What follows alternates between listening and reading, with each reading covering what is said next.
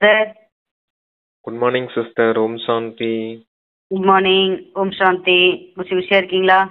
Double குஷியா இருக்கேன் sister. Very good. அவாய் தவானி. ஆமா, ஒரு பவர்ஃபுல் வாணி. Super sister. இன்னைக்கு சூப்பர் வாணி சிஸ்டர். காட்சி அளிக்கும் மூர்த்தியா மாறுங்க அப்படின்னு அப்பா சொல்லியிருக்காரு.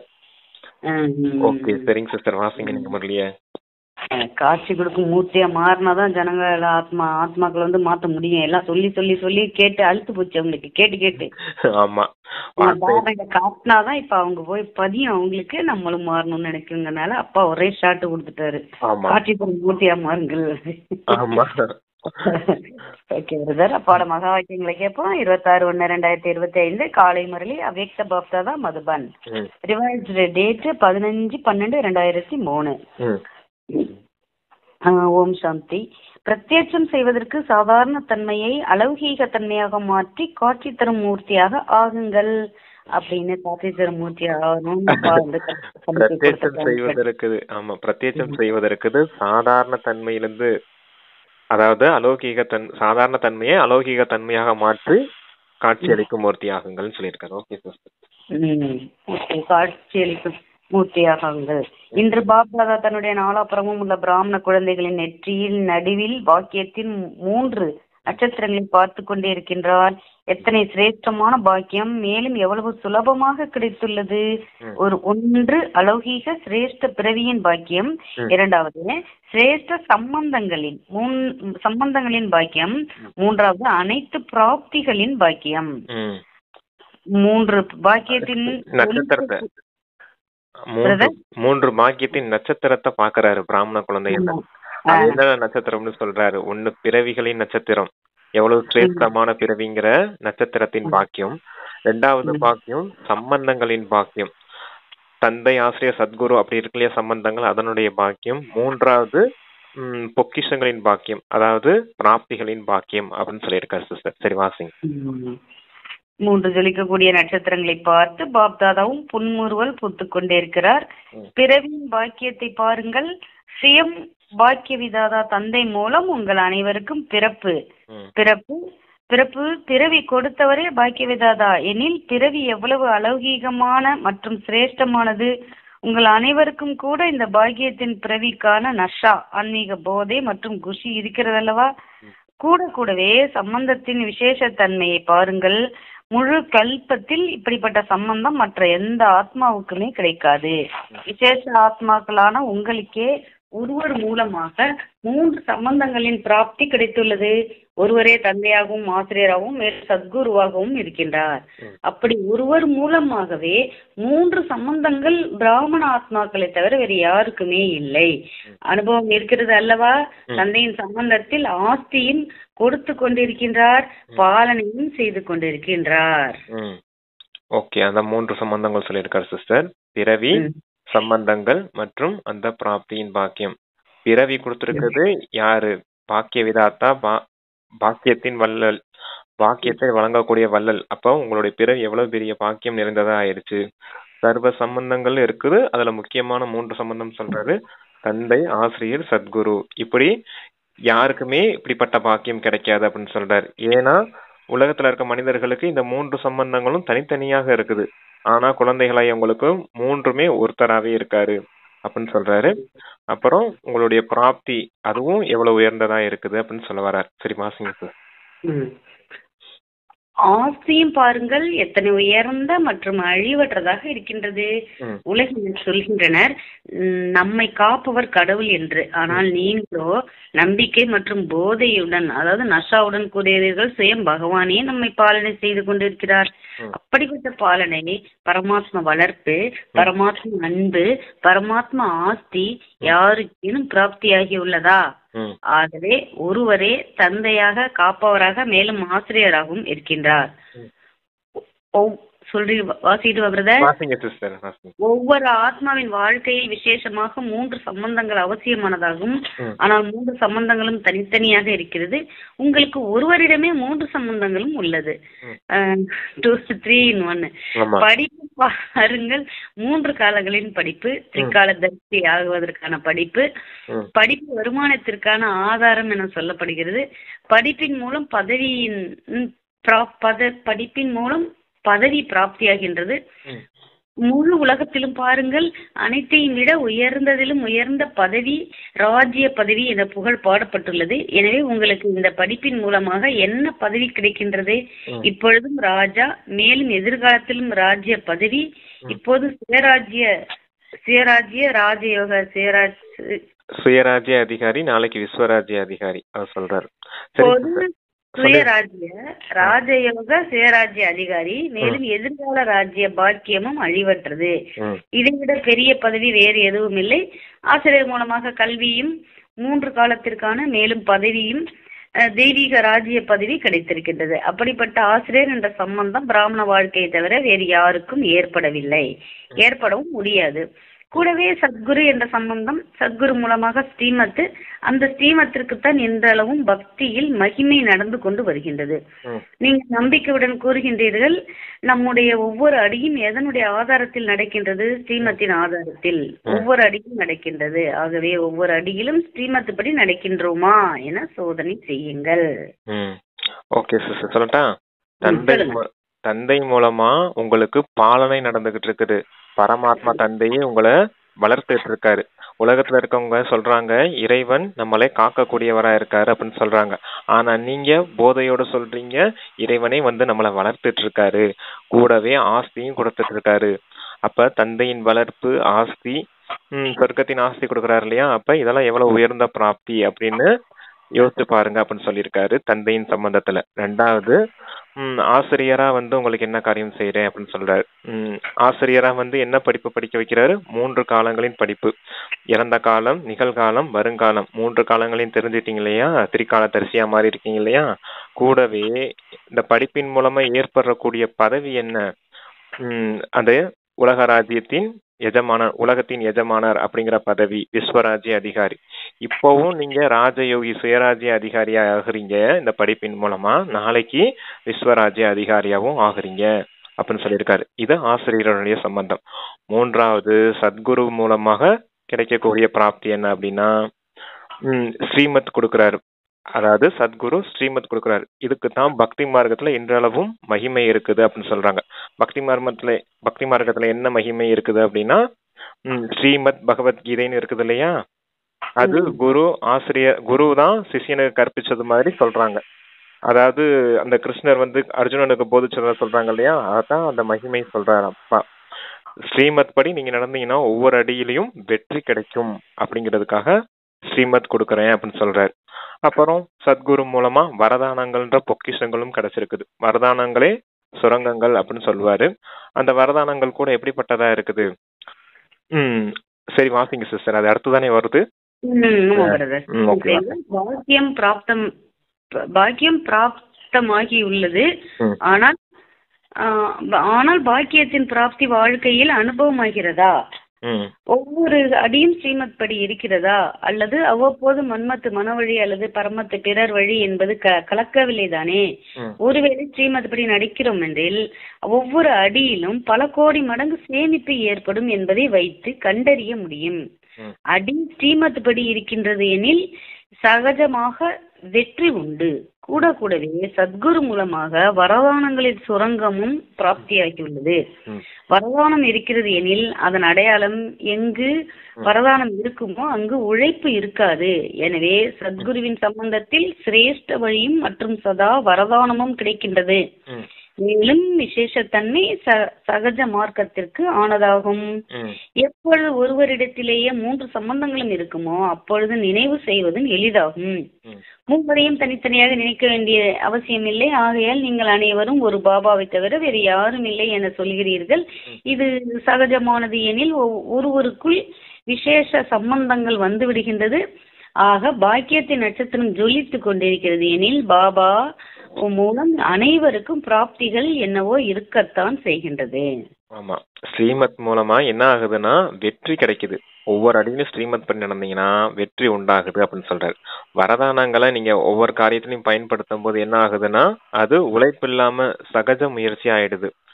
சகஜமாகவே நீங்க எல்லா பேப்பரையும் கடந்து போறதுக்கு ஈஸியா வரங்களை பயன்படுத்திட்டே இருந்தீங்கன்னா உங்களுக்கு எல்லாமே உழைப்பு இல்லாம இருக்குது இல்லையா? அதுக்காக சொல்றாரு வரதானங்கள் உழைப்பு இல்லாம ஆக்கிடுது உங்களை அப்படின்னு.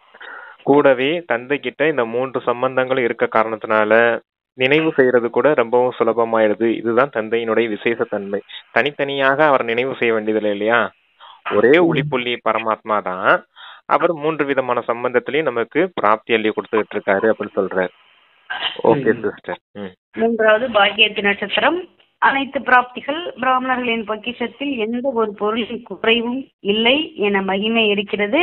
தனது அனைத்து பொக்கிஷங்களையும் நினைவு செய்யுங்கள். இப்படிப்பட்ட பொக்கிஷங்களோ அல்லது சர்வ பிராப்திகளோ யார்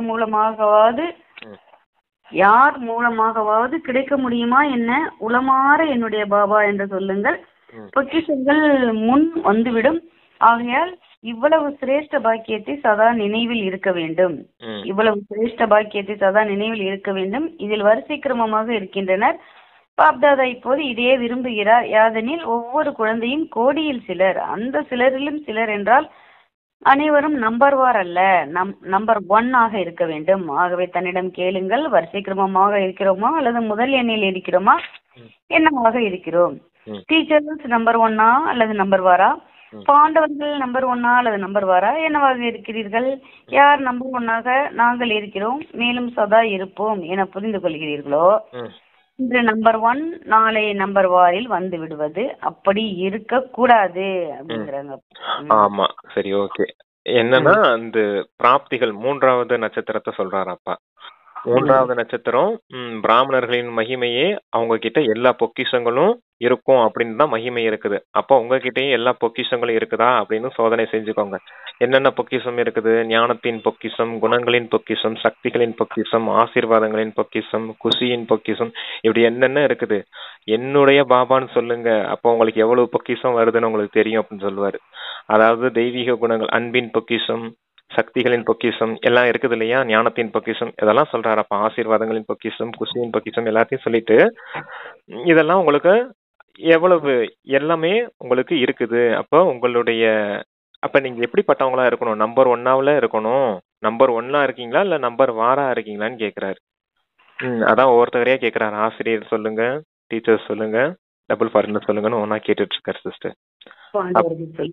ஆமா, ஓகே, சரி, ஓகே. இப்ப அதாவது நிச்சய புத்தியாக எப்படி பிரம்மபாபா நம்பர் 1 அதே போல பிரம்மபாபாவை பின்பற்றி நம்பர் 1 இருப்போம் என நினைப்பவர்கள் கையை உயர்த்துங்கள். வெறுமனே அப்படி கையை உயர்த்தி விடக்கூடாது, யோசித்து புரிந்து உயர்த்த வேண்டும். நீளமாக உயர்த்துங்கள். பாதி பேர் எப்படி பாருங்க, பாதி பேர் பாதி உயர்த்துகிறீர்கள் என்றால் பாதிதான் உள்ளது. கையை பலர் உயர்த்தினீர்கள் பாருங்கள், ஜாதி பார்த்தார்கள். இப்போது இவர்களின் நம்பர் 1 இருப்பவர்கள் கணக்கெடுக்க வேண்டும். இரட்டை அயல் நாட்டவர் கை உயர்த்துங்கள். நம்பர் 1 பாப்தாதாவை கையை உயர்த்தி உள்ளத்தை மகிழ்வித்தீர்கள். வாழ்த்துக்கள், நல்லது. கையை உயர்த்தியதன் அர்த்தம் உங்களுக்கு தன்னிடத்தில் தைரியம் இருக்கிறது. மேலும் தைரியம் இருக்கிறது எனில் பாப்தாதாவும் உதவியாளராக இருக்கவே செய்வார். ஆனால் இப்போது பாப்தாதா விரும்புவது என்ன? நம்பர் 1. இது குஷிக்கும் விஷயம் அல்ல. ஆனால் சொல்வீர்கள் அல்லது ஆனால் என்பது இல்லைதானே? ஆனால் என்பது இல்லைதானே? பாப்தாதாவிடம் ஆனால் இல்லை சொல்லிடலாம் சிஸ்டர். அதாவது பிரம்மா பாபா நம்பர் 1 இருக்காரு. அதே போல நீங்களும் நம்பர் 1 ஆவீங்களா? எல்லாரும் கையை தூக்குங்க அப்படின்னு சொன்னாரு. ஆவம் பாபான்னு எல்லாரும் கை தூக்கி இருக்காங்க. அதான் கையை தூக்கி பாபாவை குஷிப்படுத்திடுறீங்க அப்படின்னு சொன்னாரு. அடுத்து டெக்னிக் அவருக்கு புரிஞ்சிருக்கு. ஆமா ஆமா ஆமா, நல்லா அப்படியே தூக்கிடக்கூடாது, நல்லா யோசிச்சு பார்த்து தூக்கணும் அப்படின்னு சொல்லியிருக்காரு. அப்ப தாதி கிட்ட சொல்றாரு, இவங்களுடைய கணக்கெல்லாம் எடுத்து வைங்க அப்படின்னு. நம்பர் 1 ஆகுறீங்களா அப்படின்னு. ஆனா நம்பர் 1 ஆகும் பாபா, ஆனாலும் இந்த மாதிரி பிரச்சனை இருக்குதே பாபா, ஆனா இந்த மாதிரி எல்லாம் இப்படி விஷயங்கள் நடக்குதே பாபா, இப்படி ஆனாலும் சொல்லிட்டு இருக்கீங்களா அப்படின்னு கேட்டுட்டு இருக்காரு. சரி, அடுத்து வாங்க. அதான் ஆனால் இல்லைதானே அப்படின்னு சொல்லி. ஆமா, பாப்தாதா பார்த்தார்கள். அதாவது மனதில் நிறைந்துள்ளனர், ஆனால் மனம் வரை உள்ளது, முகம் மற்றும் நடத்தை வரை வெளிப்படவில்லை, இமர்ஜ் அது ஆகவில்லைன்னு சொல்றாரு. இப்போது பாப்தாதா நம்பர் 1 நிலை என்னன்னு சொல்லிடலாம் சிஸ்டர். இப்ப புரியாது இல்லைன்னா நம்பர் 1ன்னா என்னன்னா மனசுல நம்பர் 1 ஆகணும்னு லட்சியம் வச்சிருக்கீங்க. அது உங்களுடைய லட்சணத்துல முகம் மற்றும் நடத்தையில வெளிப்படணும் அப்படிங்கிறாரு. தாரணையில வெளிப்படணுங்கிறாரு. நம்பர் 1 அகத்தின் அழகு முகத்தில் தெரியணும் இல்லையா? அது போல அகத்துல வச்சிருக்கீங்க நம்பர் 1 ஆகணும்னு. ஆனா அது முகத்திலையும் நடத்திலையும் கொண்டுட்டு வாங்க அப்படிங்கிறாரு. Okay sister. இப்பொழுது நேரம் அனுசாரம் நம்பர் 1 என்று சொல்பவர்களின் ஒவ்வொரு நடத்தையிலும் காட்சி தரும் மூர்த்தியாக தென்பட வேண்டும். உங்கள் முகம் இவர்கள் காட்சியளிக்கும் மூர்த்தி என சொல்ல வேண்டும்.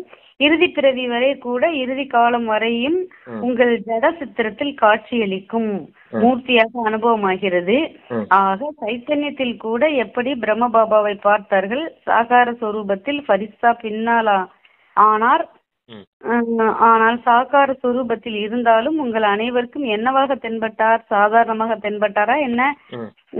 அந்திம 84வது பிறவி, பழைய பிறவி, 60 வயதுக்கு பின் இருந்தாலும் ஆரம்பம் முதல் இறுதி வரை காட்சியளிக்கும் மூர்த்தியாகவே அனுபவம் செய்தீர்கள் அல்லவா? சாகார ரூபத்தில் செய்தீர்கள் அல்லவா? அப்படி யாரெல்லாம் நம்பர் 1ற்கு கை உயர்த்தினீர்களோ டிவியில் காட்டப்பட்டதல்லவா பாப்தாதா அவர்களுடைய கோப்பு ஃபைல் பார்ப்பார். இருங்க சிஸ்டர் சொல்லிடலாம். அது என்னன்னா காட்சியளிக்கும் மூர்த்தி ஆகுங்க. அகத்தின் அழகு முகத்தில் தெரியணும் இல்லையா? நம்பர் 1 ஆகும்னா லட்சியம் வச்சிருக்கீங்க, லட்சணத்துல தெரியணும் இல்லையா?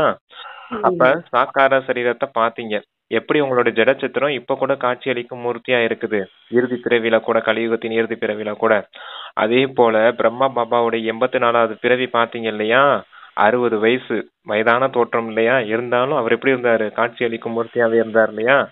ஆரம்பம் முதல் 60 வயசுல இருந்து புருஷார்த்தம் முடிக்கிற வரைக்கும் 93 வயசு வரைக்கும் காட்சி அளிக்கும் மூர்த்தியாவே இருந்தார்.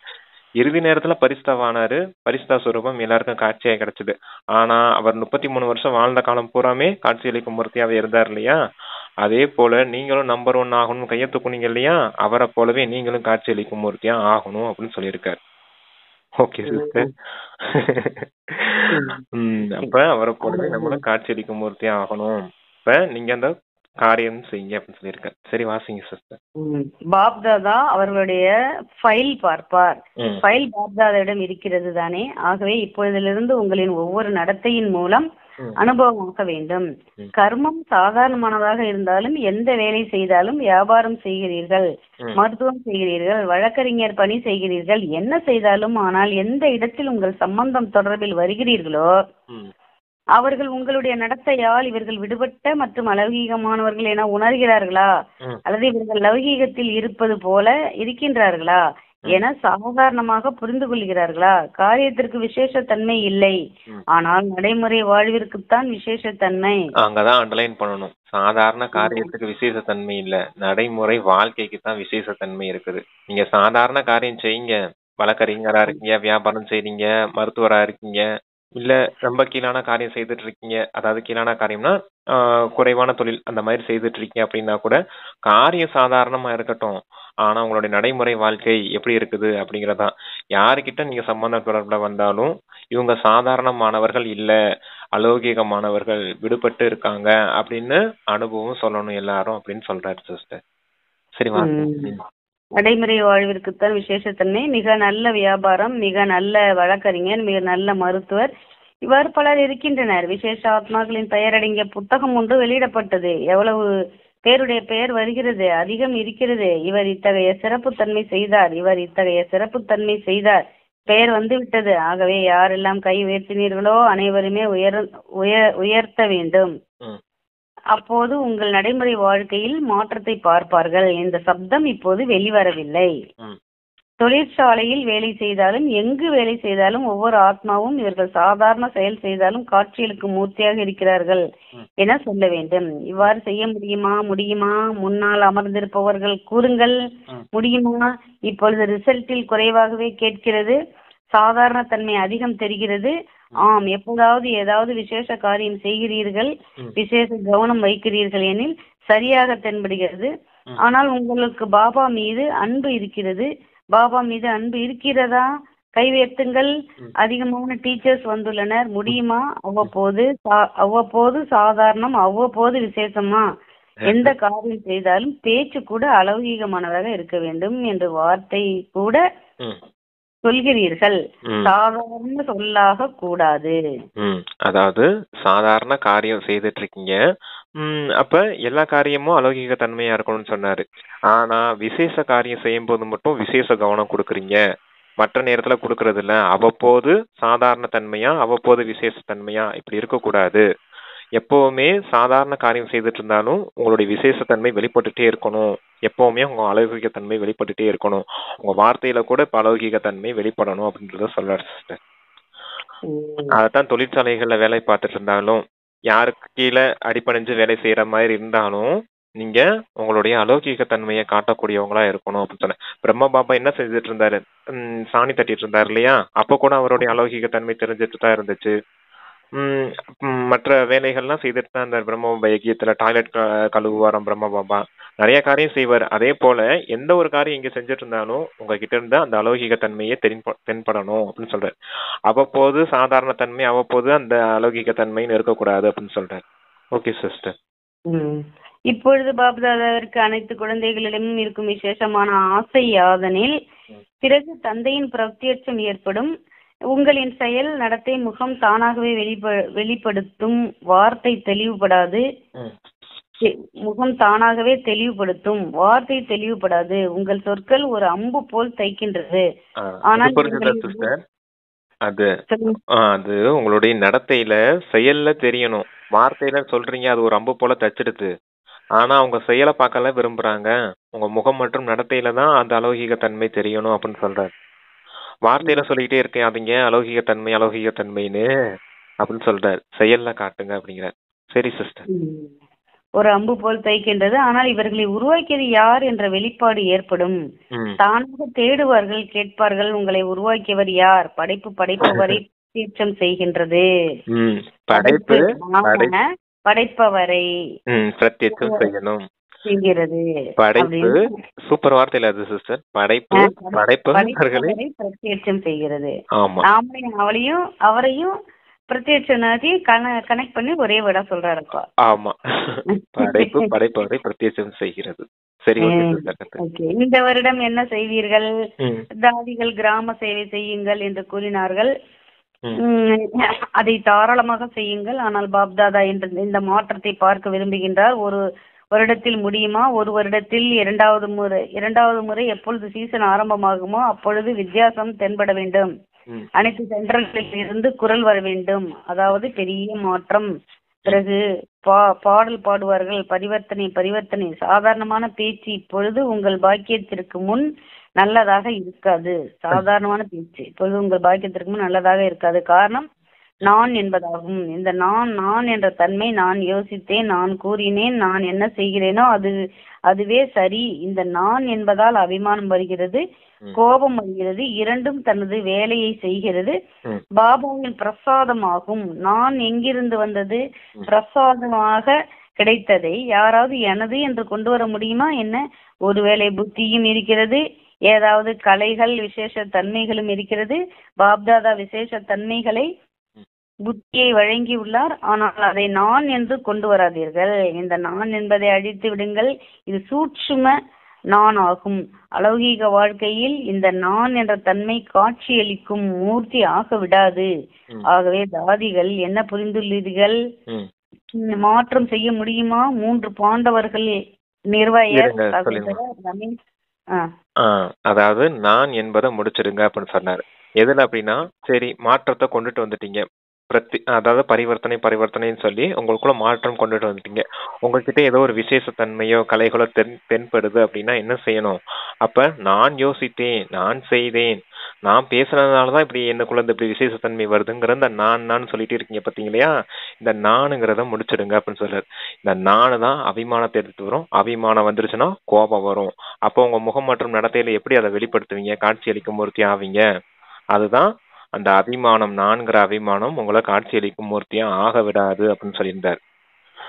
மாற்றத்தை கொண்டுட்டு வந்துட்டோம். செயல்ல கூட தெரியுதுன்னு வச்சுக்கோங்களேன். நம்ம கிட்ட இருந்து ஏதோ ஒரு விசேஷ தன்மை குணங்கள் தெரியுதுன்னு வச்சுக்கோங்க. அது யாரு கொடுத்தது? பாபாவுடைய பிரசாதம். நீங்க தமோ பிரதானமான ஆத்மா, அது ஞாபகம் இருக்குதா? முதல்ல தந்தை இப்ப உங்களுக்கு ஈஸ்வரிய குணங்களையும் ஈஸ்வரிய ஞானத்தையும் ஈஸ்வரிய சக்தியும் கொடுத்ததுனால உங்ககிட்ட இருந்து அந்த விசேஷ தன்மைகள் வெளிப்படுது. அந்த விசேஷ தன்மை என்னதுன்னு புரிஞ்சுக்கணும்னு சொல்றாரு. அது தந்தையின் பிரசாதம். பிரசாதத்தை போய் நீங்க உங்களுடையது நினைச்சீங்க அப்படின்னா அப்படிதான் அத பிரசாதத்தை நீங்க உங்களுடையது நினைச்சதுனால நான் சொல்லிக்கிட்டு இருக்கீங்க அப்படிங்கிறாரு. அந்த நான்ங்கிறத மட்டும் முடிச்சிடுங்க அப்படின்னு சொல்லியிருக்காரு. ஓகே சிஸ்டர், அடுத்த வாசி. ம். புரிஞ்சதுல சிஸ்டர் அது என்ன சொன்னேன்னு? புரியுது ஓகே ஓகே சிஸ்டர், சரிங்க. 3 பாண்டவர்கள் நிர்வயர் சகோதரர், ரமேஷ் சகோதரர், பிரிட்ஜ் மோகன் சகோதரர் கூறுங்கள். ம் விசேஷமாக 3 இருக்கிறீர்கள் அல்லவா, 3 கூறுங்கள். முடியுமா? நல்லது. இப்போது இதற்கான கமாண்டர் ஆக வேண்டும், மேலும் விஷயங்களில் கமாண்டர் ஆகக்கூடாது. ம் அதாவது விஷயத்துல கமாண்டர் ஆகக்கூடாது, இந்த விஷயத்துல கமாண்டர் ஆகணும். விசேஷ தன்மை இருக்குது பாத்தீங்களையா, அத உங்களுடைய பிரசாதனம் புரிஞ்சுக்கோங்க அப்படிங்கறதுல கமாண்டர் ஆகணும். அதாவது இப்ப நம்ம சொல்றோம் இல்லையா வாயை திறந்து, இத விசேஷ தன்மைகளை தந்தையின் பிரசாதம்னு புரிஞ்சுக்கோங்க அப்படின்னு சொல்றோம் இல்லையா, அதுல கமாண்டர் ஆகுன்னு சொல்றாரு. ஓகே சிஸ்டர், அடுத்து வாசிங்க. மேலும் விஷயங்களில் கமாண்டர் ஆகக்கூடாது, மாற்றம் செய்வதில் ஆக வேண்டும். மதுபான வாசிகள் ஆகுவீர்களா? மதுவனத்தினர் கை உயர்த்துங்கள். நல்லது. ஆகுவீர்களா? மும்பை வாசிகள் கை உயர்த்துங்கள். யோகினி தீதியும் பார்லா அமைந்துள்ளார். மும்பையினர் ஆகுவீர்களா? ஒருவேளை ஆகுவீர்கள் எனில் கையை அசையுங்கள். நல்லது. டில்லியினர் கை உயர்த்துங்கள். டில்லி வாசிகள் செய்வீர்களா? டீச்சர்ஸ் கூறுங்கள். பார்க்க வேண்டும். ஒவ்வொரு மாதமும் பாப்தாதா ரிப்போர்ட் பார்ப்பார். தைரியம் இருக்கிறதா? வாழ்த்துக்கள். நல்லது. இந்தூர் சொல்லிட்டோம், வாசிக்கிட்டோம் பிரதர். அடுத்த எல்லாரும் கையை தூக்கணும் தான் சிஸ்டர் சொல்லியிருக்காரு. நல்லது. இந்தூர் வாசிகள் கை உயர்த்துங்கள். இந்தூரின் டீச்சர்ஸ் கை உயர்த்துங்கள். டீச்சர்ஸ் என்ன செய்வீர்கள்? இந்தூர் செய்வீர்களா? கை அசையுங்கள். முழு சபையும் அசைக்கவில்லை. செய்வீர்களா? மாட்டீர்களா? நீ செய்வீர்களா? மாட்டீர்களா? தாதிகள் பார்க்க வேண்டும். டிவியில் பார்த்து கொண்டிருக்கின்றனர். குஜராத் வாசிகள் செய்வீர்களா? கை அசைப்பதோ எளிது. இப்பொழுது மனதை அசைக்க வேண்டும். மனதை அசைக்க வேண்டும். ஏன் உங்களுக்கு இவ்வளவு துக்கத்தை பார்க்கும்போது கருணை வரவில்லையா? இப்போது மாற்றம் ஏற்பட்டால் நல்லதல்லவா? ஆகவே இப்பொழுது பிரத்யட்சதாவின் திட்டம், நடைமுறை வாழ்க்கை, மற்றபடி நிகழ்ச்சிகள் நடத்துகிறீர்கள். அதுதான் சிஸ்டர், அதை மட்டும் வாசி இன்னொரு முறை. உங்களுக்கு துக்கம் ஏற்படவில்லையா? துக்கத்தை பார்க்கும்போது உங்களுக்கு கருணை ஏற்படவில்லையா? இப்போது மாற்றம் ஏற்பட்டால் நல்லதல்லவா? மாற்றம் ஏற்பட்டால் நல்லதல்லவா? சரி சரி. ஆகவே இப்பொழுது பிரத்யட்சதாவின் திட்டம், அதாவது நடைமுறை வாழ்க்கை, நிகழ்ச்சிகள் நடத்துகிறீர்கள். பிஸியாக இருப்பதற்காக மிக நல்லது. ஆனால் உங்கள் நடத்தை மற்றும் முகத்தினால் பிரத்யட்சம் ஏற்படும். மேலும் வேறு ஏதாவது ஜோன் மீதம் இருக்கிறதா? யூபி வாசிகள் கை வைக்குங்கள். கொஞ்சம் பேர் இருக்கின்றனர். நல்லது. யூபி வாசி யூபி செய்வீர்களா? அதான் எல்லாத்தையும் விட்டுட்டனா அப்படின்ற மாதிரி கேக்குறாரு. ஆமா, அதாவது அந்த பிரத்யட்சத்தாவின் வெளிப்பாடு இருக்கணும்னா நடைமுறை வாழ்க்கையில வெளிப்படணும் அப்படின்றத சொல்றாரு சிஸ்டர். பிரத்யட்சத்தா வரணும்னா உங்களுடைய வாழ்க்கை நடைமுறை வாழ்க்கையில இந்த குணங்கள் விசேஷங்கள்லாம் வெளிப்படணும் அப்படின்னு சொல்றாரு.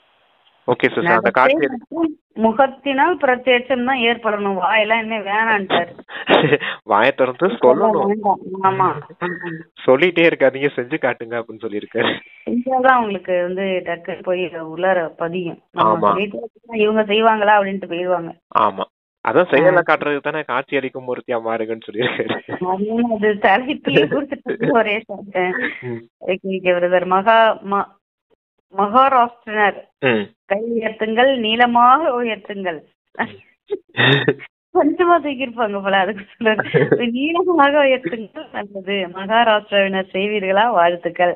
ராஜஸ்தான் உயர்த்துங்கள். டீச்சர்ஸ் கையெழுத்துங்கள். கர்நாடகத்தினர் தூக்குங்கள். நல்லது. கர்நாடகத்தினர் செய்வீர்களா? ஆந்திர பிரதேசத்தினர் கை உயர்த்துங்கள். இது கலந்துரையாடல் செய்தீர்கள். இரட்டை அயல் நாட்டவர் கை உயர்த்துங்கள். ஜெயந்தி தீதி எங்கிருக்கின்றனர்? இரட்டை அயல் நாட்டவர் செய்வீர்களா? இப்போது பாருங்கள். அதுல தமிழ்நாடு மட்டும் இல்ல, தமிழ்நாட்டுல இருக்கவங்களும் கையை துவைக்கணுங்க. ஆமா ஆமா, அங்க போயிருக்காங்க. இன்னைக்கு நம்ம தானே வாசிக்கிறோம். இரட்டை அயல் நாட்டவர் செய்வீர்களா? இப்போது பாருங்கள். சபையின் நடுவில் கூறினீர்கள். அனைவரும் நல்ல தைரியத்தை காட்டினீர்கள். இதற்காக பல கோடி வாழ்த்துக்கள். வெளியிலும் கேட்டுக்கொண்டு இருக்கின்றனர். தனது தேசத்திலும் கேட்டுக்கொண்டு இருக்கின்றனர். அவர்களும் கை உயர்த்தி கொண்டு இருக்கின்றனர். அதே போல சிரேஷ்ட ஆத்மாக்களாக இருப்பவர்களின் வார்த்தைகளை சத்திய வாக்கு சத்வசன் என சொல்லப்படுகிறது. சத்திய வாக்கு மகாராஜ் என சொல்வார்கள் அல்லவா? அந்த வேர்டு நல்ல வேர்டு சிஸ்டர். சத்திய வாக்கு மகாராஜ். அப்படின்னு சத்தியமான வார்த்தைகள் பேசுகிறீங்க மகாராஜரே அப்படின்னு தான் சொல்லுவாங்க.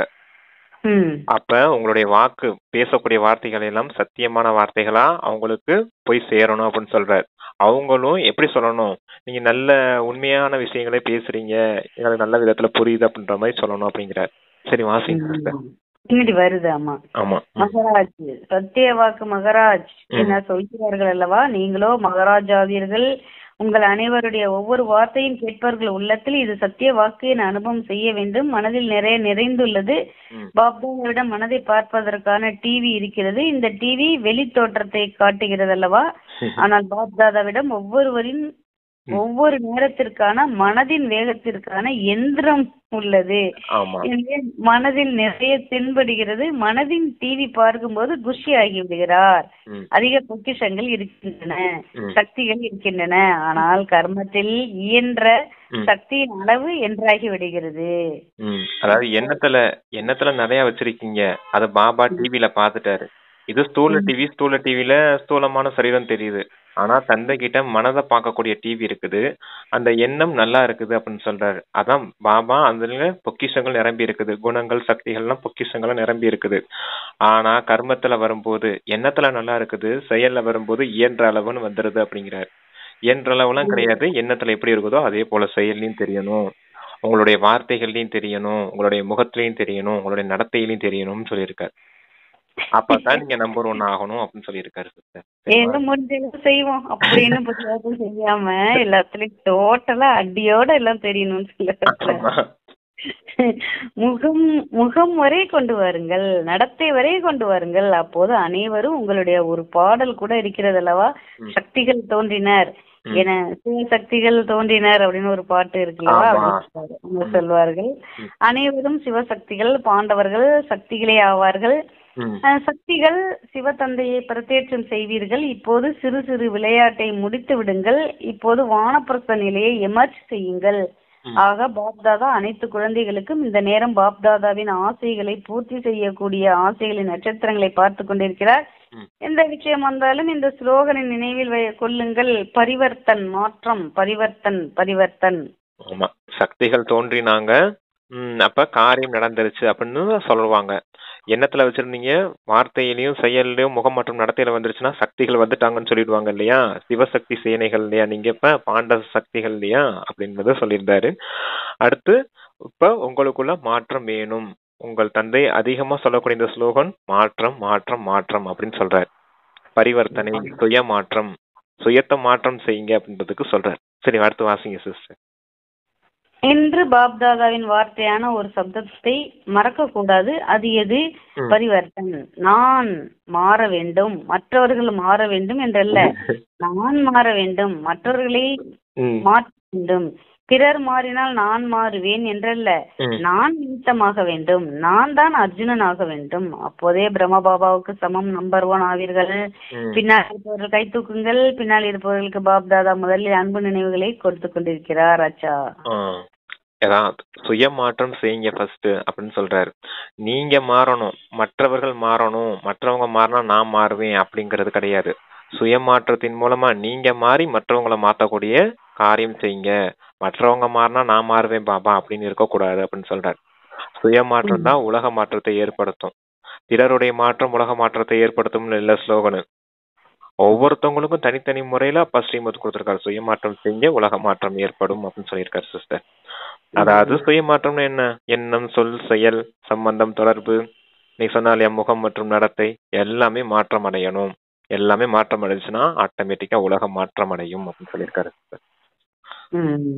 நாலாபுரத்தில் உள்ள மிக மிக பாக்கியசாலி ஆத்மாக்களுக்கு முழு உலகத்தில் மத்தியில் கோடியில் சிலர், அந்த சிலரிலும் சில விசேஷ ஆத்மாக்களுக்கு சதா தனது நடத்தை மற்றும் முகத்தின் மூலம் பாப்தாதாவை பிரத்யட்சம் செய்யக்கூடிய விசேஷ குழந்தைகளுக்கு, சதா சகயோகம் மற்றும் அன்பு பந்தனத்தில் இருக்கக்கூடிய சிரேஷ்ட ஆத்மாக்களுக்கு, சதா பிரம்ம பாபாவுக்கு சமமாக ஒவ்வொரு காரியத்திலும் அலௌகீக காரியம் செய்யக்கூடிய அலௌகீக ஆத்மாக்களுக்கு பாப்தாதாவின் அன்பு நினைவுகள் மற்றும் நமஸ்காரம்.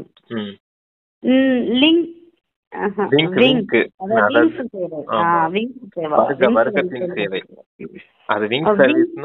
இந்த doctors, police, law and order, lawyers இவங்களாம் இருக்காங்க இல்லையா, சயின்டிஸ்ட், இன்ஜினியர்ஸ், அந்த மாதிரி ஒவ்வொரு department wings department wise. Okay sir. Wing சேவைகளை பற்றிய பாப்தாதாவின் பிரேரணைகள். விங்கின் சேவையில் நல்ல ரிசல்ட் தென்படுகிறது. ஏனெனில் ஒவ்வொரு வர்க்கமும் உழைப்பு செய்கின்றனர், தொடர்பை அதிகரித்துக் கொண்டே செல்கின்றனர். ஆனால் பாப்தாதா விரும்புகின்றார், எப்படி மருத்துவத்துறை சார்ந்தவர்கள் தியானத்தின் மூலம் இருதயத்திற்கான நடைமுறையை செய்து காட்டினார்கள். அதாவது மருத்துவத்துறை சார்ந்தவர்கள் தியானத்தின் மூலம் இருதயத்திற்கான நடைமுறையை செய்து காட்டினார்கள். தியானத்தின் மூலம் இருதய கஷ்டத்தை சரி செய்ய முடியும் என்று செய்து காட்டினார்கள் மற்றும் உதாரணம் கொடுத்தார்கள் அல்லவா. உதாரணம் நீங்கள் அனைவரும் கேட்டீர்கள் அல்லவா. இப்படியாக உலகத்தவர்கள் நடைமுறை உதாரணத்தை விரும்புகின்றார்கள்.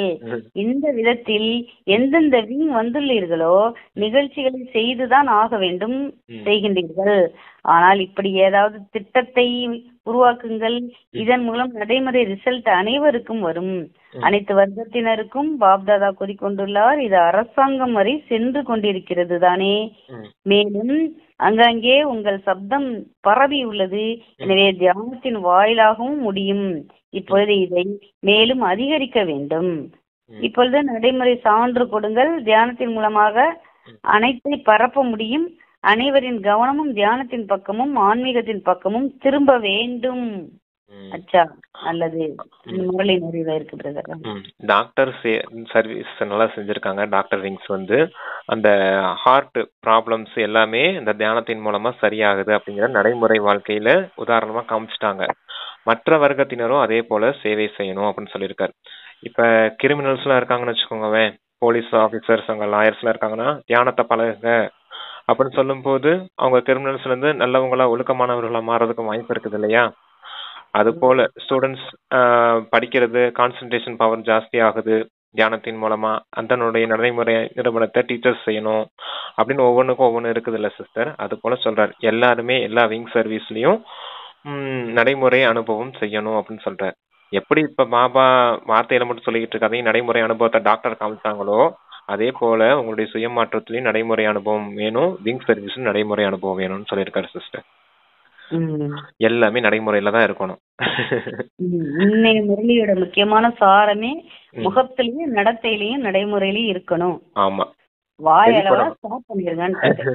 ஆமா, உங்களை பார்த்துதான் மத்தவங்க மாறுவாங்க. நீங்க சொல்றத கேட்டு யாரும் மாற மாட்டாங்க. ஆமா, சொல்லும் போது இவங்க செய்வாங்களா அப்படின்ட்டு போயிருவாங்க. ஆனா நடைமுறை தாரணையில கொண்டு வந்துட்டோம்னா இவங்க மாதிரி நம்ம இருக்கணும்னா அவங்களுக்கு ஒரு சாம்பிள் பீஸ் மாதிரி ஆயிரும் இல்லையா. அதுக்காக சொல்றேன். ஆர்வமும் வரும்ல, இவங்க எவ்வளவு தெய்வீகமா இருக்காங்க, நம்மளும் இவ்வளவு போல மாறினா என்ன அப்படின்னு இருக்கும் இல்லையா. உண்மையிலே எல்லாருக்கும் விருப்பம் என்ன, அன்பானவர்களா அமைதியானவர்கள் தான் எல்லாருக்கும் பிடிக்கும். அப்ப நாம அப்படியே இருக்கிறது நம்மளும் எல்லாருக்கும் பிடிக்கும் இல்லையா. அத சொல்றேன். அப்பா வரதானம் கொடுக்கறாங்க. அமைதியின் சக்தியின் மூலம் உலகத்தில் பிரத்யட்சத்தின் முரசு கொட்டக்கூடிய சாந்தி சொரூபமானவர்கள் ஆகுக. அறிவியல் மீது அமைதிக்கே வெற்றி, அறிவியல் மீது அமைதிக்கே வெற்றி, வார்த்தைக்கு அல்ல என்ற புகழ் உள்ளது. அறிவியல் மீது அமைதிக்கே வெற்றி, வார்த்தைக்கு அல்ல என்ற புகழ் உள்ளது. எவ்வளவு சமயம் அல்லது சம்பூர்ணத்தன்மை சமீபமாக வருகின்றதோ அவ்வளவு தானாக சப்தத்தில் அதிகமாக வருவதிலிருந்து வைராக்கியம் ஏற்படும். இப்பொழுது விரும்பினாலும் சொல்லுங்க பிரதர். இப்பொழுது விரும்பினாலும் பழக்கம் சப்தத்தில் கொண்டு வந்து விடுகிறது. அதே போன்று விரும்பியதும் சப்தத்திற்கு அப்பால் சென்று விடுவார்கள். நிகழ்ச்சியை ஏற்படுத்தி கொண்டு சப்தத்தில் வருவார்கள். எப்போது இந்த மாற்றம் தென்படுமோ புரிந்து கொள்ளுங்கள், இப்பொழுது வெற்றி முரசு கொட்டும். இதற்காக எவ்வளவு சமயம் கிடைக்கின்றதோ சாந்த சுரூபத்தில் இருப்பதற்கான பயிற்சியாளராக ஆகுங்கள். ரொம்ப யோசிக்கணும் பிரதர். ஆமா, அறிவியல் மீது அமைதிக்கே வெற்றி, அதாவது சயின்ஸ் சக்தியை சைலண்ட் சக்தியினாலதான் வெற்றி அடைய முடியும் அப்படின்னு சொல்றாரு. வார்த்தைகளின் சக்தி அல்ல அப்படிங்கிற புகழ் இருக்குது இல்லையா அப்படிங்கிறார். அதான் சயின்ஸ் சக்தியின் மீது சைலண்ட் சக்திக்கே வெற்றி அப்படின்றத சொல்றாரு. இப்ப எப்படி சம்பூர்ண தன்மை இந்த சமயத்துக்கு ஏத்த மாதிரி சம்பூர்ண தன்மை நெருங்கி வருதோ அப்ப உங்களுக்கு இந்த சப்தத்துல வர்றதே பிடிக்காம போயிடும், இந்த சப்தத்துல வர்றதுக்கு மீதே வைராகியம் வந்துடும் உங்களுக்கு அப்படின்னு சொல்றாரு. இப்ப எப்படி இயல்பா சப்தத்துல வர்றது உங்களுக்கு இயல்பா இருக்குது, ஈஸியா இருக்குது இல்லையா? அதே போல சம்பூர்ண தன்மை வந்து அதிகமாகும் போது, சம்பூர்ண தன்மை அதிகமாகும் போது இந்த சமீபமாக வருகின்றதோ அவ்வளவு தானாக சப்தத்தில் அதிகமாக வருவதிலிருந்து வைராக்கியம் ஏற்பட்டுவிடும். இப்போ விரும்பினாலும் பழக்கம் சப்தத்தில் கொண்டு வந்து விடுகிறது. அதே போன்று விரும்பியதும் சப்தத்திற்கு அப்பால் சென்று விடுவார்கள். ஆமா, விரும்பிய உடனே சப்தத்தை விட்டு வெளியே போயிடுவாங்க. இப்ப எப்படி இயல்பா சப்தத்துல வர்றதுக்கு நம்ம இயல்பா இருக்குது, அதே போல சம்பூர்ண தன்மை அதிகமாகும் போது விரும்பியதும் விடுபட்டுருவாங்க, அந்த சப்தத்துல இருந்தே விடுபட்டு வெளியே போயிடுவாங்க அப்படிங்கறத சொல்றாரு. ஓகே சிஸ்டர், அதுக்காகத்தான் நீங்க எப்பவும் நேரம் கிடைக்கும் போதெல்லாம் அந்த சாந்த ஸ்வரூபத்தில் இருப்பதற்கான பயிற்சியை அதிகரிச்சுக்கிட்டே இருங்க அப்படின்னு சொல்லியிருக்காரு. அதாவது நிகழ்ச்சியை ஏற்படுத்தி கொண்டு சப்தத்தில் வருவார்கள். அதாவது நிகழ்ச்சி ஏற்படுத்தி கொண்டுனா இங்க காரியம் செய்யணும் அப்படின்னு ஒரு நிகழ்ச்சி இருக்குது அப்படின்னா அதுக்காக சப்தத்துல வருவாங்க. சரி சரி, எப்ப விரும்புறோமோ அப்பதான் சப்தத்துல வருவோம். ஓகேவா? அப்ப ஏற்படுத்தி கொண்டு சப்தத்தில் வருவார்கள். எப்போது இந்த மாற்றம் தென்படுமோ புரிந்து கொள்ளுங்கள், இப்பொழுது வெற்றி முரசு கொட்டும். இதற்காக எவ்வளவு சமயம் கிடைக்கின்றதோ சாந்த சுரூபத்தில் இருப்பதற்கான பயிற்சியாளராக ஆகுங்கள். ஆமா, மாற்றம் தென்படணும். இப்படி இந்த விரும்பிய நேரத்துக்கு விரும்பிய இடத்துக்கு நீங்க போகணும். சப்தத்துல வரணுமா சப்தத்துல வரணும், சப்தத்துல இருந்து விடுபடணுமா சப்தத்துல இருந்து விடுபட்டு போயிடணும். இதத்தான் சம்பூர்ண தன்மை அப்படின்னு சொல்றாரு. இந்த மாற்றம் எப்போ தென்படுமோ அப்ப வெற்றியின் முரசு கொட்டும் அப்படின்னு சொல்றாரு. ஓகே சிஸ்டர், அதுக்காக நீங்க எவ்வளவு நேரம் அமைதியின் பயிற்சி செய்யறீங்களோ, சரி எவ்வளவு நேரம் கிடைக்குதோ அந்த அளவுக்கு நீங்க சாந்த ஸ்வரூபத்தில் இருப்பதற்கான பயிற்சியாளராகவே இருங்க அப்படின்னு சொல்லியிருக்காரு. ஸ்லோகன் படிக்க வாசிக்கிட்டு வா. வாசிங்க சிஸ்டர். ஸ்லோகன் 0. பாபாவின் கூடவே இருப்பவர்களே ஹீரோ பாகத்தை நடிப்பவர்கள். 0 அதாவது பாபா புள்ளியா இருக்கு. பாபா புள்ளியா இருக்காரு இல்லையா, அதான் 0 பாபான்னு சொல்றாரு. நீங்க ஹீரோ பாகத்தை இருப்பவர்களே ஹீரோ பாகத்தை நடிப்பவர்கள். ரைமிங்கா அப்படி சொல்லியிருக்காரு. ஹீரோ, ஆமா 0 ஹீரோ. ஹீரோ பாகத்தை நடிக்கணுமா 0 பாபாவை கூடவே வச்சுக்கோங்க, அப்ப ஹீரோ பாகத்தை நடிக்கக்கூடியவர்களா ஆயிடுவீங்க.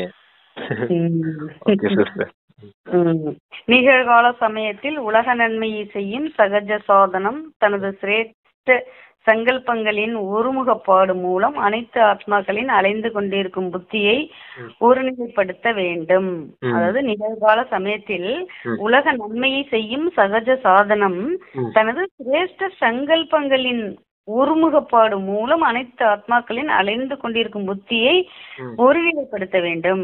அலைந்து கொண்டிருக்கும் புத்தி ஒன்றுபட வேண்டும் மற்றும் மனக்குழப்பங்களில் இருந்து ஒருமுகப்பட வேண்டும் என்பதே முழு உலகத்தில் உள்ள அனைத்து ஆத்மாக்களின் விசேஷமான விருப்பமாக உள்ளது.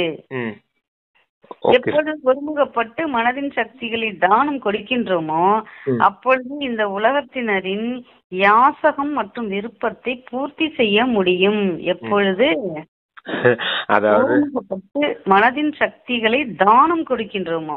ஆமா, அது என்னன்னா எல்லாருடைய புத்தியும் அமைதி அடையணும், எல்லாருடைய மனமும் குழப்பத்துல இருந்து விடுபடணும் அப்படின்னா நீங்க என்ன காரியம் செய்யணும் அப்படின்றது சொல்றாரு.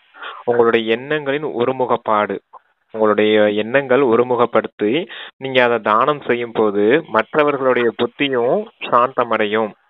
புத்தி அந்த சுத்திட்டு இருக்கிறதே அலைஞ்சிட்டு இருக்கு இல்லையா புத்தி, அது அமைதி அடையும். கூடவே இந்த மனம் குழப்பத்துல இருந்து விடுபட்டுரும். எதன் மூலமா உங்களுடைய எண்ணங்களின் சக்திய அவங்களுக்கு தானமா கொடுக்கும் போது.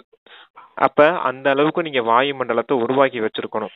அந்த அளவுக்கு உங்களுக்கு எண்ணங்களின் சக்தியின் மீது எண்ணங்கள் அந்த அளவுக்கு பவர்ஃபுல்லா இருக்கணும். உங்களுடைய வைப்ரேஷன்ஸ் கூட அந்த அளவுக்கு பவர்ஃபுல்லா இருக்கணும். நம்மளுடைய வைப்ரேஷன் அவங்களுடைய புத்தியும் மனசையும் மாற்றக்கூடிய அளவுக்கு இருக்கணும் அப்படின்னு சொல்லியிருக்காரு சிஸ்டர். அதான் மற்றவர்களுடைய புத்தியும் மனசும், புத்தி அலைஞ்சிட்டு இருக்க புத்தி அமைதி அடையணும், மனம் குழப்பத்துல இருந்து விடுபடணும். அந்த அளவுக்கு நீங்க வாயு மண்டலத்தை பரப்பணும், உங்க வைப்ரேஷன்ஸ் இருக்கணும். அந்த அளவுக்கு மனசா சேவை செய்யுங்க அப்படின்னு சொல்லியிருக்காரு சிஸ்டர். சமிக்கை மனதின் மூலம் அப்போது உலகத்தில், அதாவது விருப்பமாக முழு உலகத்திலும் அனைத்து ஆத்மாக்களின் விசேஷமாக விருப்பமாக உள்ளது. எப்பொழுது ஒருமுகப்பட்டு மனதின் சக்திகளை தானம் கொடுக்கின்றோமோ அப்பொழுது இந்த உலகத்தினரின் யாசகம் மற்றும் விருப்பத்தை பூர்த்தி செய்ய முடியும். அவங்க விருப்பமே எங்களுக்கு அமைதி வேணும்ன்றதானே விருப்பமே. அப்ப இந்த மனம் புத்தியும் குழப்பத்துல இருந்து விடுபடும் போதுதானே அவங்களோட அமைதி அடைய முடியும். அதுதான் சொல்லியிருக்காரு, அமைதியின் சக்தியின் வைப்ரேஷன்ஸ் பரப்புங்க, உங்க எண்ணத்துக்கு அந்த அளவுக்கு சக்தி இருக்கணும், அந்த சக்தியின் தானம் செய்யுங்க அப்படின்னு சொல்லியிருக்காரு. மனசா சேவைக்கு தானே சொல்லியிருக்காரு இது. அதுதான், அதுக்கு தான் சொல்றாரு எண்ணங்களின் சக்தி ஒருமுகப்பட்டு இருக்கணும் அப்படின்னு. Okay sister, thank you sister. வரதானம் ரொம்ப நல்லா இருக்கு பிரதர். ஆனா அது சிம்பிள் தான், சைலன்ட் சக்தி சைன்ஸ் சக்தி, அதை மட்டும் ஞாபகம் வச்சு தான் புரிஞ்சு போகணும். சைலன்ட் சக்தியை அதிகரிங்க அப்படின்னு சொல்லியிருக்காரு. எப்ப அந்த சம்பூர்ண தன்மைய அருகாமையில வருமோ அப்ப எப்ப விரும்புறீங்களோ அப்ப சைலன்ஸ்ல வர முடியும், சைலன்ஸ்ல வந்து காரியங்கள் செய்ய முடியும் அப்படின்றத சொல்றாரு. Okay sister. ஓகே பாபாவுக்கு நன்றி. Thanks brother. ஓம் சாந்தி. Thank you sister. ஓம் சாந்தி. தேங்க்யூ பாபா.